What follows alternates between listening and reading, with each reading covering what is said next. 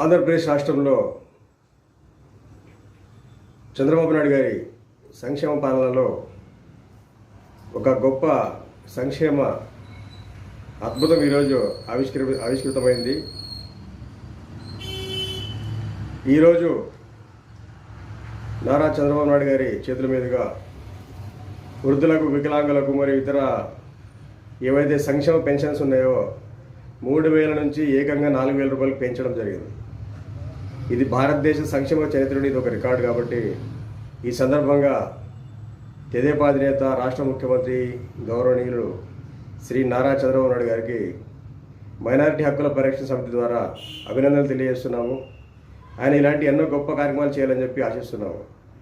ముఖ్యంగా గతంలో చూసుకుంటే భారతదేశంలోనే మరి చంద్రబాబు నాయుడు గారికి ఒక స్ట్రిక్ట్ అడ్మినిస్ట్రేషన్ అనే పేరుతో కానీ సంక్షేమం విషయంలో ఆయనకు తనదైన కొన్ని రికార్డులు ఉన్నాయి. వాటిని గురించి తెలుసుకుంటే చాలా ఆశ్చర్యకరంగా అనిపిస్తుంది. ముఖ్యంగా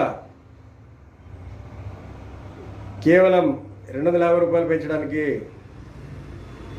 నానా పాటలు పడిన మాజీ ముఖ్యమంత్రి జగన్మోహన్ రెడ్డి గారు మరి ఈరోజు ఒక్కసారిగా 1000 రూపాయలు పెరిగేసరికి మరి ఆయన ఏమంటారో చూడాలి. ఇప్పుడు మరి ఆయన మేనిఫెస్టోలో కూడా నెక్స్ట్ గెలిస్తే ఎప్పుడో మరి నెక్స్ట్ ఎలక్షన్కు దృష్టిలో పెట్టుకొని 250 లాస్ట్కి పెంచుతానని చెప్పినాడు. అది కూడా 3,500 మాత్రమే.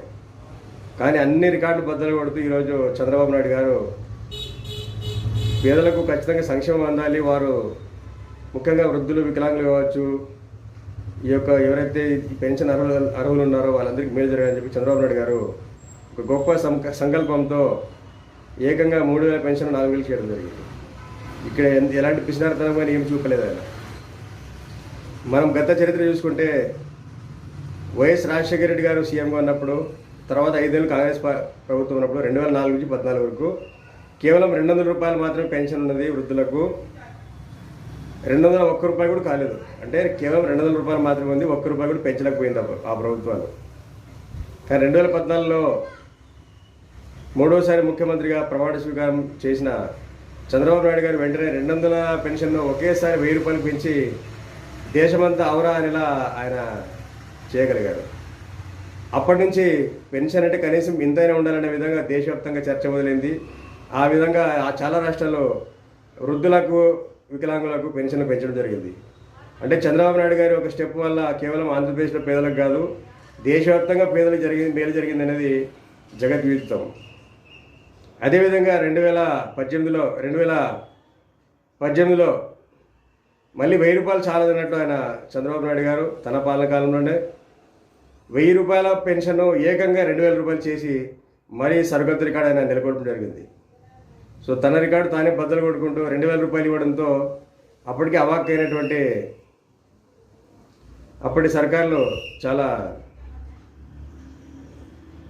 అతలాకుతలమైన ఎలా చేయాలి ఇప్పుడు అని చెప్పి మరి జగన్మోహన్ రెడ్డి గారు అప్పుడు కేవలం 2,000 నుంచి 3,000 పెంచుతూ పోతామని చెప్పి మోసపూరితమైన వాగ్దానం చేశారు.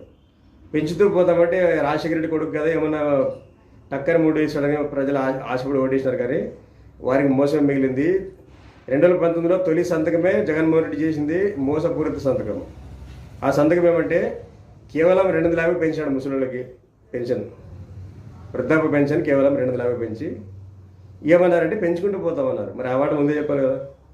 కానీ చంద్రబాబు నాయుడు గారు అలాంటి మోసపూరిత పనులు చేయలేదు. ఈరోజు చెప్పిన ప్రకారం 3,000 చెప్పి 3,000 నుంచి 1000 పెంచుతానన్నాడు. ఒకే రోజు పెంచేసాడు. దట్ ఈజ్ చంద్రబాబు గారు. సో ఇలాంటి ఎన్నో గొప్ప కార్యక్రమాలు చేయాలని చెప్పి రాబోయే రోజుల్లో ఆయన మనం ఇంకోటి గమనించాల్సింది ఏమంటే చంద్రబాబు నాయుడు గారు కేవలం హైటెక్ అడ్మినిస్ట్రేషన్ మాత్రమే కాదు, సంక్షేమంలో కూడా దేశానికి ఒక దారి చూపించినాడు. మనం చర్చించుకుంటూ వచ్చినాం 200 నుంచి ఆయన ఎలా 2,000 వరకు తీసుకుపోయినాడు, తర్వాత 4,000 తీసుకొచ్చినది. కాబట్టి రేపు ఈరోజు 4,000 అయింది కాబట్టి వేరే రాష్ట్రాల్లో కూడా డిమాండ్ పెరుగుతుంది. అంటే వేరే రాష్ట్రాల్లో ఉండే పేదలు, వృద్ధులు, వికలాంగులు, ఒంటరి మహిళలు అందరూ లబ్ధి పొందుతారు. కాబట్టి చంద్రబాబు నాయుడు గారి విజనరీ ఇదే అనమాట. ఆయన స్టెప్ వేస్తే దేశమంతా ఆయన వైపు చూస్తుంది. చూసింది కాకుండా ఖచ్చితంగా ఆయనకు పోటీగా కాకుండా ఆయనకు దగ్గర కొంచెం పెన్షన్లు పెంచాల్సి వస్తుంది. కాబట్టి ఆయన ఈరోజు చంద్రబాబు నాయుడు గారికి తీసుకునే ఈ స్టెప్ దేశవ్యాప్త పేదలకు, వృద్ధులకు కూడా, వికలాంగులకు, ఒంటరి మహిళలకు కూడా మేలు చేయబోతుందనడంలో ఎలాంటి సందేహం లేదు. కాబట్టి రాబోయే రోజుల్లో చంద్రబాబు గారు మరింత సుభిక్షంగా పాలించాలని చెప్పి ప్రార్థిస్తూ సెలవు తీసుకుంటున్నాను. నా పేరు నూర్ అహ్మద్, మైనారిటీ హక్కుల పరిరక్షణ సమితి రాష్ట్ర కార్యదర్శి, ఆదోని.